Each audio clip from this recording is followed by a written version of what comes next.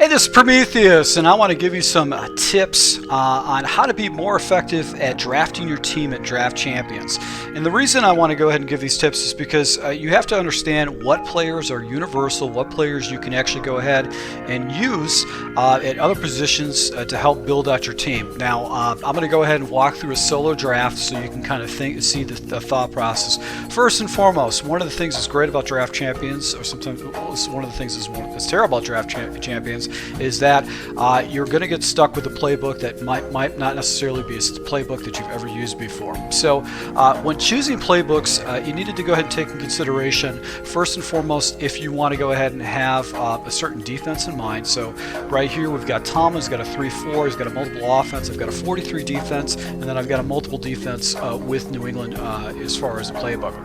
Now, with this particular playbook, here's the good thing about this.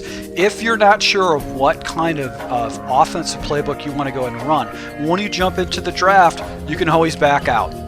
Yes, you can go ahead and back out, and if you go back into the draft after you went ahead and take a peek at the playbooks, you'll actually get the same coaches selected. So you can go ahead and take a peek at those playbooks to go ahead and find out what fits your offensive scheme a little bit better, and you go from there. Now, when it comes to running, you got to make sure that you go ahead and if you take these teams are all built with running as far as Jeff Fisher and Tomlin. So let's just go ahead and take Tomlin as our base team, is that what we're going to use. Now, the key to making your drafts is that you want to go ahead and try to make sure that you actually have a lot of players that are going to be able to help your team.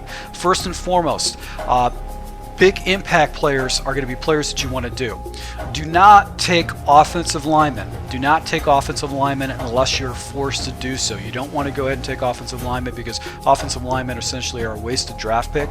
You can be effective with your run without really good offensive mashing or linemen. But if you are forced to take an offensive lineman, you want to go ahead and take the ones that are good at run blocking, primarily because run blocking is going to be a premium. Now, if I look at this team, these are going to be all kind of like gold level type players. Kevin White, 94 speed. You need to take wide receivers. If you take a look at the wide receivers that we have right now, we've got Butler is our wide receiver. He's got a 92, so he's a speedster and actually has fairly good catch, 77, nothing really great. Adam is at Thielen, he's 82. Keenan Martin is 90, so this is actually a fairly fast team, but he doesn't have that great of a catch. We got Kyle Williams is 91, so this is a very fast team. And then we got Zach Miller as a tight end. Here's something I want to point out to you too. If you go into your tight ends, wide receivers can be playing at the tight end position. So if you're looking at the tight end position and you want to pick a player, what you want to do is do a comparison really quick to see what you have on your roster. All right, so Luke Wilson, 88 speed, really good. He's got okay catch, 76 catches, nothing really spectacular. Route running 69, not really that phenomenal or like that. Spectacular catch is 83. One of the things you do want to look for is actual run blocking. And with run blocking, he's got 72. Now let's take a look at our actual wide receivers.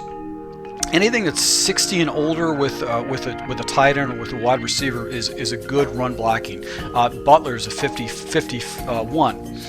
This guy is a 59. Is actually really good for a wide receiver. This run blocking here is 46. He's not good at all. Kyle Williams is not good at run blocking at all. He's got a 36. And then you go into the guards right there. So I know that really I don't have any real good players that I can actually put as a run blocker, except for maybe the Thielen guy. He's got a 59. So if I didn't want to go ahead and take a tight end, I can go ahead and back out of it and do that. So, but in this particular situation, I'm not going to take an offensive lineman, and I can always go ahead and put a wide receiver at this position. So I'm going to go ahead and take the burner. 94 speed is outrageously fast. Matter of fact, the special number when it comes to evaluating wide receivers is going to be 92. Anything 92 and better. You got an 88 catch. Jump is 87, 63. So we're going to go ahead and take Kevin White in this position. All right, so now I've got a wide receiver. I want to go ahead and balance everything out. Okay, let's go ahead and take a look at everything else here. So I've got another lineman here, Donald Penn. I got a tight end of 78. What's his run blocking? 76. He's got catch of 85. He's not that spectacular as far as catch, but he's not that fast either. He's not a real big difference maker. This guy's elite. He's a guard position. He's got, look at that, 91 and 95 position. I generally don't want to go ahead and take any kind of a position like this with a star with a guard, but I'm going to go ahead and take a guard in this particular situation because for a tight end I want to have a little bit more athleticism, and if he's not fast I definitely want to have more run blocking, and 76 is just not a premium right there. So I'm going to go ahead and take the guard here. Hopefully I don't have to take any more offensive linemen because I want to go ahead and stack my team up on defense and offensive playmakers. Alright, so here we go. Now we got some edge rushers here. Got a 72 with Freeney, or 82 Freeney. He's got a block shed of 64, not that really good. Here, 79 right here with our strong safety, 89 speed, 90. You got, let's see, our man zone, actually very good pursuit and power. That actually might be a player I'm going to fall to. And then my middle linebacker, Brandon Marshall. If you take a look at the block shed, he's 78. Block shed right here is 64. And I'm going to go ahead and stay away from the middle linebacker because I can use outside linebackers to fill the middle linebacker spot. And I'm always going to take a defensive back if I can get one even. It's a marginal player at a 79. Alright, so now we've got some elite players right here. I've got offensive linemen. And I'm not going to do that if I've got a stud wide receiver like Julio Jones. 88 speed. I've already got a burner with Kevin White on the other side. But look at the catch. He's got a catch 92, 6'3", big toe. So this is a no-brainer. I'm going to go ahead and take that wide receiver to go ahead and balance out my wide receivers. Alright, so now going back to the wide receiver. Got another burning wide receiver in Seth Roberts. I've got a center. Which I'm not going to go ahead and take, and then I've got an edge rusher with Derek Shelby. And if you take a look at his block shed, he's only got an 80 block shed, 79 speed, not very fast. Power moves 89, finesse moves not very good. But I'm going to go ahead and take the burner, and then hopefully I don't have any other wide receivers that fall down to me. But I'm going to go ahead and take that, and I basically have got myself some speed on the edge with my wide receivers. Alright, so Kirby Robinson is not someone I'm going to take. I've got Randall over here, and then I've got a tight end that fell to me with 82 speed that's kind of fast. He's got a catch 22. And if you look at the run blocking, it's 74, so it's marginal. I don't want to take this Ruben Randall, and then this running back is nothing special about him. There's no reason to burn a good pick on a player like this. Even if you go ahead and if you take a look at your base running backs, let's take a look at we got the same Kirby. This was a little bit faster. I've got Anastasia. So I'm going to have to definitely address the running back position, but I don't want to burn it on this guy. So that's something that is going to be a priority because my depth is not going to be good. But let's go ahead and take Gresham, and that gives us some more speed on the outside with our tight end. Alright, so let's go ahead and see here. Another good wide receiver, AJ Green. Let's take a look. Middle inside linebacker, 84. Pursuit, 99. Man, he's all over it. 81. So this is going to definitely a good guy right here. Zone coverage is 89. Hit power. Teddy Bridgewater, throwing power 81. Short accuracy, long accuracy. I'm either going to be taking one of these two guys right here. I'm tempted to go ahead and stay away from this and go with the quarterback with Teddy Bridgewater. I'm going to go ahead and take the Bridgewater because it gives me a little bit of speed and some scramblability with Bridgewater, so I'm going to go ahead and take him as our elite player. Now, let's go ahead and take a look at the edge rushers. Alright, so I'm going to stay away from the guard. Here we go. Cam Chancellor. You cannot go wrong with this. He's the lead player. He's on the corner. This guy is actually very good, but he's going to stick me on the offensive line. I really don't want to put this guy on the edge on the outside. Block shed 85 is actually kind of tempting, but I've got to go ahead and shore up my outside positions. Let's go ahead and take a look at what we have. We've got Wilson, which is a 79. This is going to give me another player that I can put in. At 90, I can stick him on free safety. I'm actually good with that. So let's go ahead and take, we're going to go ahead and take Cam Chancellor and go and put him in the lineup. Right, so Devontae Adams, definitely not going to do that. And look at this situation right here. So I'm stuck primarily because I don't need another quarterback. I took Teddy Bridgewater. and then I don't want to take an offensive lineman, even though he's a very good offensive lineman. I could take another wide receiver, but do I really need more than 3 wide receivers against me? So here's a situation where it's kind of a sucky situation. This is where you're going to have to settle for an offensive lineman because he is an elite player, and then Adams is a good player, but I've got speed on this team already, so I'm just going to go ahead and settle for Walter Jones on this. Not a player I wanted to pick up, but need to go ahead and get more defenders here. Alright, so just as we asked for more defenders, we actually get more defenders. Need some edge rushers right here, but look at the free safety position. Eric Weddle, 84, is actually kind of slow. This guy, Patrick Chung, is 89. I can go ahead and put him pretty much in any position I want. Patrick Chung, look at that. He doesn't got very good man coverage. This guy doesn't either.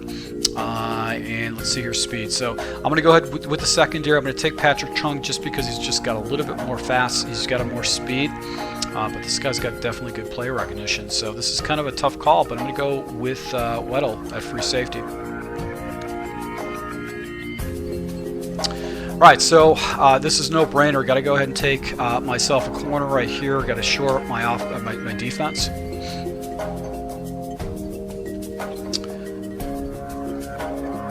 And I'm just getting a bunch of wide receivers dropping down to me. Now, generally I don't like to burn players that are outside, but Michael Bennett is really not that fast. I'm going to go ahead and shore up my defensive line with a defensive tackle on this pick. And here we go. Here's the running back we're looking for. Definitely not going to take a center. 92 speed with Jamal Charles outside, and Jamal Charles has always been known as a good catching running back, so you can go ahead and take him. Now I got to go all defense here moving forward, and we're going to go ahead and take Larry Hughes here on the edge.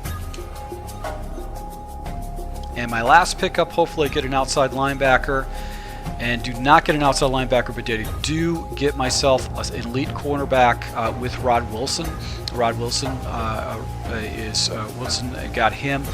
You'd be tempted to take this. This team is so stacked with running backs. But let's just go ahead and just take Rod Wilson as our player here. So able to go ahead and draft an 82 overall type team. And I got stuck with a couple of good offensive linemen. Not something I necessarily want, but I got Grisham and I've got Zach Miller are my tight ends right there. And if you take a look at the studs, I've got Jones as my wide receivers. I got White on the inside. I got Seth Roberts. I've got Bridgewater as my quarterback and Jamal Charles. And on defense, my linebackers are just atrocious. So I'm going to be really struggling with that.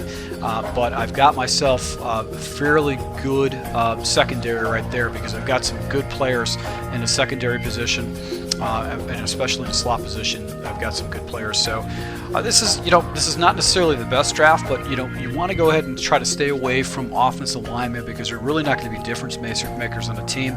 You want to try to draft more outside linebackers, but I just kept on getting inside linebackers and never got any outside linebackers that were worth anything, that had any kind of speed. So basically was forced to go ahead and play the hand that I was dealt.